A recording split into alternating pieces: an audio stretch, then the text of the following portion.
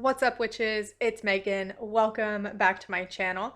If you're new here, make sure you hit that subscribe button down below and give the video a thumbs up if you like it.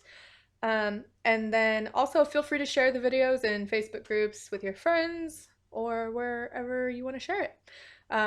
New videos come out every Monday and Thursday. Today I want to rediscuss, I guess, a topic that I've talked about on YouTube before. It is a pretty old video, so I'm gonna redo it. And also, it's never been a podcast episode, so I want everyone to be able to hear what I have to say about this particular subject. And we're going to be talking about religion at work. Before we do that, I have two announcements. The first announcement is that I hit 200 subscribers on YouTube, which means it's time for a giveaway. I haven't decided what I'm going to give away yet. It's probably, I don't know, I have options, and I want to make sure that what I have to give away is something that everyone is interested in. So I have personalized guided meditations, customized goddess dolls, customized meditation shawls, customized altar cloths, like whatever it is that you would like to have an opportunity to win, let me know. You can either leave it in the comments below if you're watching on YouTube, or if you're listening to the podcast, you can send me a message on Facebook and Twitter, not on Instagram yet, because that leads me into my second announcement. I accidentally deleted my Instagram. So I was trying to delete an old account that I have, like, I don't use anymore. And when I hit the button to delete Instagram, it had me type in my password and go from there. Well, when I clicked the link to delete my Instagram, it defaulted back to my main account instead of the one that I was trying to delete. So, Round the Cauldron is not on Instagram anymore for the time being. I don't know, maybe by the time you're listening or watching to this, I will have gotten it back. Um, I I think I can get it back. I'm not sure. I'm still waiting for them to let me know if there's a process for me to get it back. But we all know how Facebook and Instagram's customer service is. So we will see. If I have to start from scratch, then I have to start from scratch and we can just do it again. So if you were following me on Instagram and you have other options like Facebook and Twitter, I do recommend following me there, especially for the time being, at least until I can get Instagram back up and running or restarted, whichever one I have to do. So those are the two announcements. Again, giveaway is going to be going on. I don't have a specific date for when that's going to start, and I don't even know what I'm giving away yet. So if you have ideas for something that you want me to give away, leave it in the comments below. Podcast listeners, you can go to the show notes page for this episode and leave comments there. Or like I said, you can reach out to me through Facebook, Twitter, or even email. So as I said, I've covered this topic before on YouTube. It's an older video that I called Wicca at Work, back when Round the Cauldron was still heavily focused on Wicca. However, the quality of the video wasn't that great because I was just starting out, and I have an opportunity to redo the video and the podcast because it wasn't something that made it to the podcast. So I want everybody to be able to hear the information about the laws and guidelines and stuff that are in place for those of us who go to a physical job or who do work with other people, whether it be clients or customer service or anything like that. I do need to make mention that most of the information in this particular video and podcast episode is going to be heavily focused on the United States. This is because that's where I live and that's what I'm familiar with. I will attempt to cover different laws and options available to you if you're in the UK or if you're in Australia. However, please keep in mind that this is just based off of my research into the laws of those areas, and you should always consult a legal professional. That leads me into my disclaimer. This video may contain information from legal and/or government sources. It is for information purposes only. I am not a lawyer or attorney and do not claim to have any expertise on the laws or legal aspect of said laws beyond my own research. The sources in this video pertain mostly to the United States of America and may not apply in other countries. If you are in need of legal counsel, please seek the advice of a professional like a lawyer, attorney, etc. So there are a few reasons that I want to cover this topic. The first one is that we should be free to express ourselves and express who we are in every aspect of our life. We should be free to be ourselves. This includes being yourself at work, being yourself at home, or out in public. Specifically today, I'm going to focus on work. I know many of us have corporate jobs or jobs where we do have to interact with the public. I no longer have to do that in that aspect. Now what I do is essentially this, so I am who I am anyway. But for those of you watching or listening who do have I'll call it a contemporary, quote unquote, job that you have to go to, this is going to include the legal protections that you have when it comes to your freedom of religion and expression of that religion while you're at work. So along the lines of being ourselves, we also don't want to have to hide who we are. I mean, those go hand in hand, but we don't want to have to hide a large part of ourselves, because for most pagans and Wiccans, witches, I'm just going to say pagans from here on out, but this applies to anyone regardless of your faith. Okay, we shouldn't have to hide who we are, especially when those parts of us are large parts of us. For me, for example, this is what I do, this is who I am, and I live my life every day through my faith and my spirituality and my religion. It is part of who I am. And if I were to go back and have to get a job where I worked in an office again, I wouldn't want to have to hide myself and hide this large part of me. And then the final reason for covering this topic is that I believe you need to be aware of the legal protections that are available to you. Like I said, this is going to focus mainly on the United States, but in many other countries and areas, the protections for religion are very similar, as far as I've seen in my research. But I think it's very important for you to know that there are legal protections out there for many of us in terms of religion and how we present ourselves in that aspect. So that could mean jewelry is a really popular topic of conversation in this subject. Religious garments. Now, there aren't any specific, as far as I know, there aren't any specific garments within pagan faiths that are universal, but that doesn't mean that you can't have a garment that is specific to your particular religious path. But there are legal protections in place for those options. So I want to talk about those today. So since I'm in the United States, the bulk of this episode is going to focus mainly on laws and regulations in the United States for protecting religious freedom. And the very first thing that everyone in the United States should know about is your First Amendment right in the Bill of Rights. So within the Bill of Rights, the First Amendment states that Congress shall make no law respecting an establishment of religion or prohibiting the free exercise thereof, or abridging the freedom of speech or of the press, or the right of the people peaceably to assemble and to petition the government for a redress of grievances. Oh, I should mention that just like every other time, any sources that I have are going to be linked in the description and in the show notes. I'm not going to bother listing them out because that's just too much. Everything that I'm referencing will be in the description and in the show notes. So that is exactly what the First Amendment says in the Bill of Rights for the United States Constitution.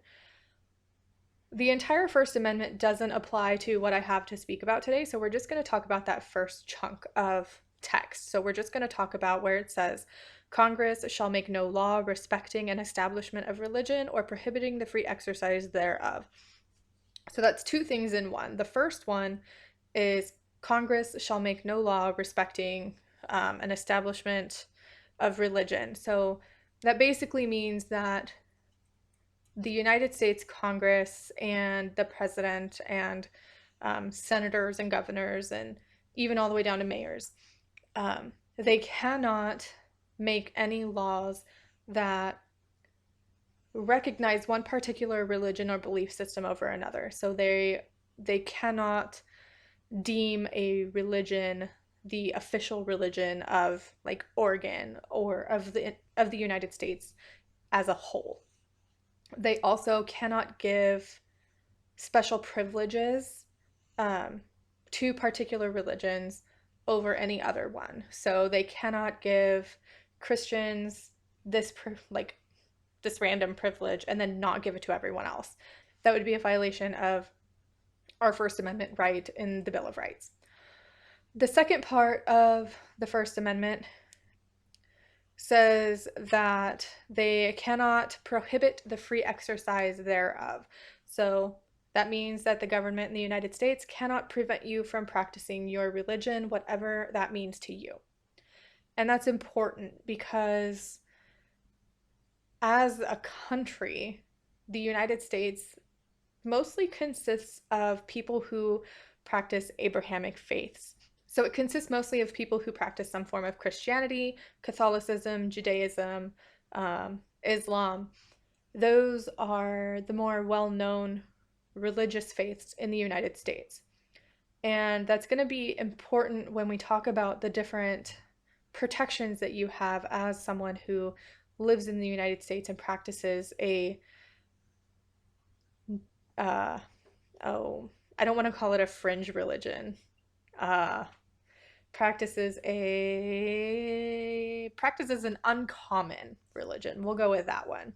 Something that's not well known or whatever. Uh, but that part's going to become important in just a little bit when we talk about the different things that protect us at the workplace. So here in the United States, we have something called the EEOC, which stands for Equal Employment Opportunity Commission. Now, the EEOC protects our right to practice religion freely and to not be discriminated against by our employers. Now, there are a lot of different protections that the EEOC gives us, and the EEOC is a federal agency as far as I'm aware. The practices and the guidelines, well, I wouldn't call them guidelines, they are laws. But essentially, what the EEOC says goes when it comes to employers in the United States. So, first, I want to describe what the EEOC defines as religious discrimination. They say that religious discrimination involves treating a person, which in this case would be an applicant or an employee, unfavorably because of his or her religious beliefs. The law protects not only people who belong to traditional organized religions, such as Buddhism, Christianity, Hinduism, Islam, and Judaism, but also others who have sincerely held beliefs, but others who have sincerely held religious, ethical, or moral beliefs. So that is the part right there that protects paganism in the same way that it protects Christianity. Because paganism is, as we know, it's an umbrella term that covers a lot of different religious beliefs, and it's not organized. So this part right here in the EEOC says that it protects those of organized religions, but also those of not organized religions. They say that religious discrimination can also involve treating someone differently because that person is married to or associated with an individual of a particular religion. So your boss could not come to you and say, oh, your husband is a witch. Like, I'm going to fire you. You're fired. They can't do that. They also can't treat you differently in any other manner. And we'll get to that too. The law forbids discrimination when it comes to any aspect of employment. Literally anything having to do with your job. The law forbids discrimination. And this includes, according to the EEOC, hiring, firing, pay, job assignments, promotions, layoff, training, fringe benefits, and any other term or condition of employment. Literally anything that has to do with your job, you cannot be discriminated against because of your faith. You cannot be promoted or demoted based on your faith. You cannot be docked pay based on your faith. You cannot be laid off because of your faith. And this includes when things come down to one person over another. Now, just because it happens, just because you are laid off and you happen to be a pagan, doesn't mean you were laid off because you were pagan. So you need to keep that in mind as well. Sometimes there are extenuating circumstances. So again, according to the EEOC, it is illegal to harass a person because of his or her religion. So first we talked about discrimination. So according to the EEOC, discrimination and harassment are both illegal. And again, this just covers the United States. You would have to look up the laws in your area in order to know what applies to you. But the EEOC defines harassment as offensive remarks about a person's religious practices or beliefs. Now, they do say that the law doesn't prohibit teasing, simple teasing, they call it, offhand comments, or isolated incidents that aren't very serious. Harassment is illegal when it is so frequent or severe that it creates a hostile or offensive work environment, or when it results in an adverse employment decision, such as the victim being fired or demoted. The harasser can be the victim's supervisor, a supervisor in another area, a coworker, or someone who is not an employee of the employer, such as a client or a customer. Now, that's a lot to unpack. So the EEOC doesn't deem random offhand comments as harassment. So like a one-time comment or a one-time snide remark. Yeah, it might be irritating and frustrating that it's happening, but that is an isolated incident that can normally just be brushed off. Harassment is when it happens over and over again and it makes you uncomfortable and it creates an unwelcoming environment for you because of the actions of the people around you. And like they say, this can be from an employer, it can be from your supervisor. The harassment can come from coworkers, but it can also come from people that you have to come into contact with, which include customers and clients. And that's something to keep in mind, that just because the person that's harassing you isn't technically an employee of your supervisor doesn't mean that the harassment that they're partaking in isn't illegal. Now, Title VII in the EEOC prohibits workplace segregation based on religion. So this means that they cannot separate you from your coworkers for any reason that has to do with your religion. Now, the one thing that would come to my mind would be religious garments and actual or feared customer reactions or customer preferences. So I used to work retail, and there were times when I would wear my pinnacle, and then there were times when I just wouldn't. And a lot of it came down to fear of what the customers would say. I was never afraid of my employer, but when you're in a retail position and you encounter a customer who makes a snide comment to you or who keeps pestering you about a piece of clothing that you're wearing or a piece of jewelry that you're wearing because they don't like it or they don't understand it, or I've been called a Satanist before for wearing a pentacle. So, I mean, the employer cannot move you in your job to take away the customer interaction, I guess is what I'm trying to say. So if I were to be working on a register and I was just as good as anybody else, but I was wearing a pentacle, my supervisor could not remove me from my position at the register based solely on the preferences or the fears of other customers because of what I'm wearing. I hope that made sense. So the next thing that we're going to talk about for the EEOC is the requirements of employers to accommodate religious beliefs.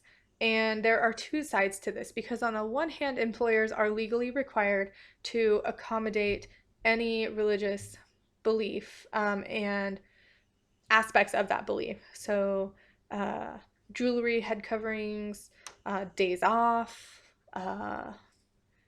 time off needed, like for specific parts of the day, or anything like that. So, anything that has to do with a particular faith, your employer is legally required to accommodate that. There's another side to it, though, where they don't have to accommodate you if they can prove that accommodating you with whatever you're asking for would cause an undue burden or undue hardship on the company or the employer. So I want to read it to you directly from the EEOC. The law requires an employer or other covered entity. There are other things out there regarding covered entities and stuff. To reasonably accommodate an employee's religious beliefs or practices, unless doing so would cause more than a minimal burden on the operations of the employer's business. This means an employer may be required to make reasonable adjustments to the work environment that will allow an employee to practice his or her religion.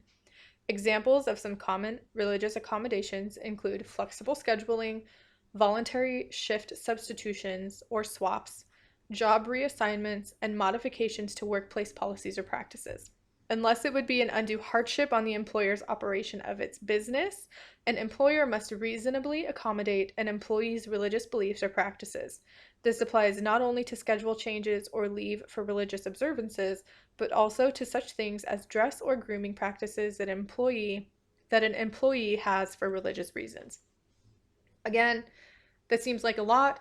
This basically means that if you go to your boss and you say, "Hey boss, I need to take May 1st off for religious reasons," unless they can prove that it's an undue hardship, which we'll talk about in a second, they are legally required to accommodate your request.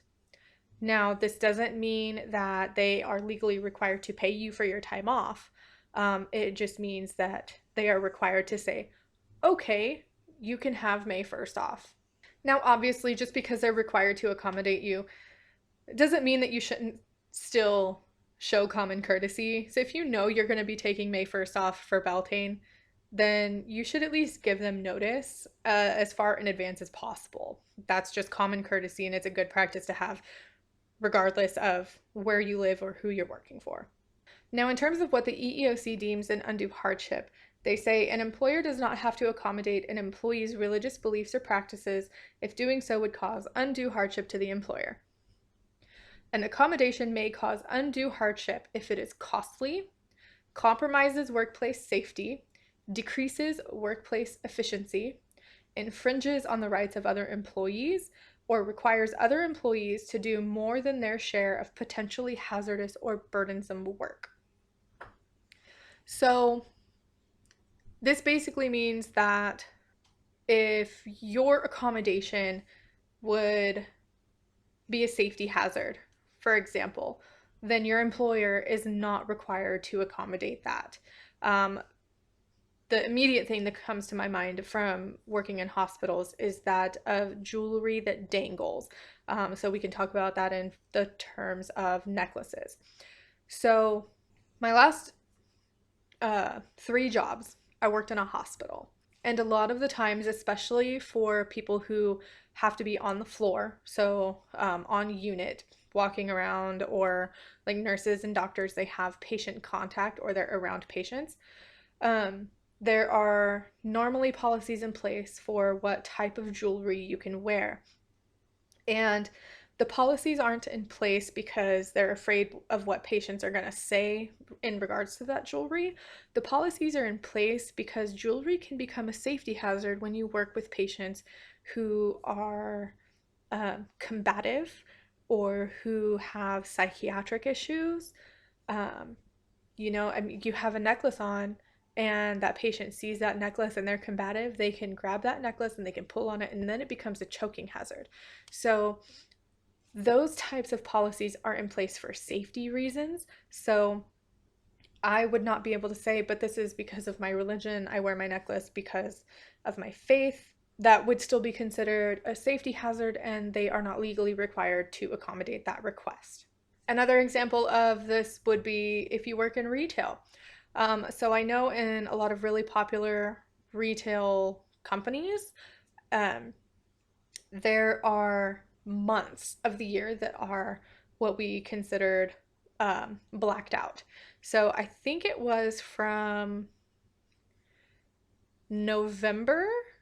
No, I think it was from October to January where I worked before that was considered blacked out. So what this meant was we could not take a vacation, we could not request time off. We essentially had to come in and work our schedules. The only time that we didn't have to is if we were sick and we would call out sick. But this is because those months in the United States are huge shopping months. People are getting ready for Christmas, there's Black Friday, and then in January you have all the people returning all of the stuff that they didn't want.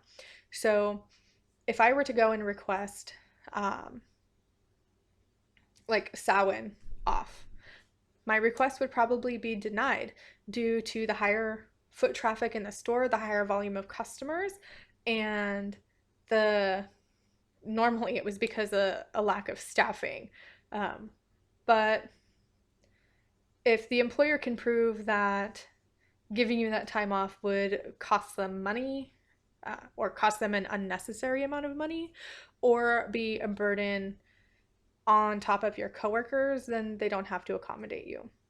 And then lastly, there is a part of the EEOC that says an employee is not required to participate in religious activities as a condition of employment. So what this means is that your employee can't force you to go to Bible study or go to a prayer circle or to even do something as simple as bowing your head and closing your eyes before a meeting when somebody is saying a prayer. You cannot be discriminated against, you cannot be harassed, nothing of the sort. You cannot be required to participate or not participate in any form of religious practice as a condition of employment. So that's the bulk of the information in regards to the United States. I did look up some laws for the UK and Australia, and it appears that the laws for those areas mirror closely the laws of the United States. However, I am not 100% certain. So, again, please make sure that you check the laws and regulations for the area that you live in to make sure that you have accurate and up to date information. Now that we have a basic understanding of the laws that protect you in the United States, what are some best practices then for encountering or dealing with religion in the workplace? My first tip is just don't talk about it. In my opinion, religion has zero place in the workplace. And this is regardless of where you work and what your religion is. Your religion and your faith is literally no one else's business. It has no effect on them, and them knowing typically has no effect on you. I know for me, when I would go to a typical job, I have rules. I don't talk religion and I don't talk politics, and I don't befriend any of my coworkers on social media, at least while I'm still employed there. Those are just my best practice rules, and it helps keep me sane and keep me protected from the nonsense that I know can happen when people find out about specific religions and faiths. And it's no different. And if you do encounter people who start to bring up the topic, I know it's happened to me before where people start talking about heaven or reincarnation or ghosts and things like that, and they try to get me involved in the conversation. I have said, I'm sorry, I don't talk about religion at work, or I don't want to talk about that. Saying no should become it should become part of your vocabulary, should become part of your arsenal for dealing with these kinds of situations. No is a complete sentence. You don't owe anybody an explanation. The second thing that I would say is if you want to wear your religious jewelry or if you have garments and stuff that you wear for religious purposes, then wear it. Like I said, you owe no one an explanation. And if you are confronted by a superior or by a coworker, you can tell them that your rights are protected by federal law. That's all you have to say. And if your supervisor says that you have to remove it because it's a safety hazard or because it would cause an undue hardship, they're required to explain to you how what you're doing or what you're wearing is a hardship or a safety hazard. That is a requirement for them, but it is not a requirement for you to explain your religion to other people. All you would have to do is say, nope, this is part of my religious belief. And that's it. It's as easy as that. Now, I know some people don't like confrontation. Some people don't like it when other people question them or poke at them and things like that. That's fine. But in that case, you're going to have to make the decision on your own whether or not you're going to partake and wear your jewelry or wear the garments or participate in any of the other activities that have to do with your religion and faith at work. That's going to be a personal decision. Also, don't be afraid to decorate your workspace if your job allows for it. I know some people don't have a workspace like a desk or an office. Some places have lockers. Just make sure that you're following the rules. You know, no, a lot of places will say no stickers, nothing permanent, etc. No cursing, no vulgarity, nothing like that. So just make sure you're following the rules. But as long as the rules say you're free to decorate your workspace, decorate your workspace, make it your own, and make it a place that you're comfortable going to while you're at work. And then also, don't be afraid to ask for time off if you feel that you need time off to celebrate the Sabbats. For me personally, I never did just because I celebrated the Sabbats following the Celtic days, which means from sundown to sundown. So I celebrated at night and I never worked nights, so I never really had to ask for days or time off. But if you need to, if you feel the need to do that, then go for it.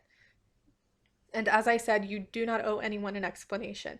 All you have to tell them to make sure that you are following the EEOC guidelines and that they know that they need to follow them. You just say, I need to request this day off for religious purposes. They're not allowed to question you. And if they do question you, you don't have to answer. You can just say, it's just for religious purposes. That's it. That's all you got to do. If anyone is found to be breaking these guidelines, there's normally like a chain of command in place within most employers. So first you would talk to your supervisor if your supervisor problem. If your supervisor is the problem, you would talk to their supervisor and you would just keep going up the chain of command until you find someone who has the authority to do something. Now, if you don't feel comfortable doing that, you can also go to the EEOC's website.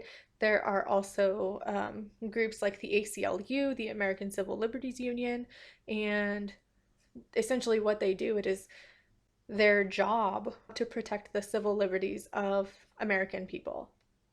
So reach out to them if you have a problem that you're not comfortable solving on your own when it comes to your employer.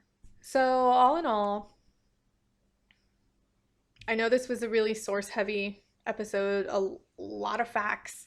It didn't really focus on witchcraft, but then again it did. This is everyday life for a lot of people, and it's important that people know this. So the final thing that I have to say on this whole thing is don't be afraid to speak up. If you're experiencing harassment or discrimination, go through the channels that you need to go through to make sure that the situation is taken care of. If you were fired or think that you were passed up for a promotion or anything like that, based on your religious beliefs, go to the human resources for whatever company that is. If they don't have a human resources, reach out to the EEOC or the ACLU and they will help you. That's what they do. So I hope this information was helpful to you. I hope you heed my advice. I'm not a lawyer. Everything in this episode is based solely on my own research. So if you do need legal advice, please seek out legal counsel. Not me, not a lawyer, just Switch. That's what I do. So that's it for this episode. Stay witchy and stay safe. And I will see you in my next video. Bye for now. I want to take this time to thank my patrons over on Patreon. Thank you, Jess, and thank you, Rose, at wiccanhomestead.com. If you want to help support the show, join me over at Patreon at patreon.com/roundthecauldron.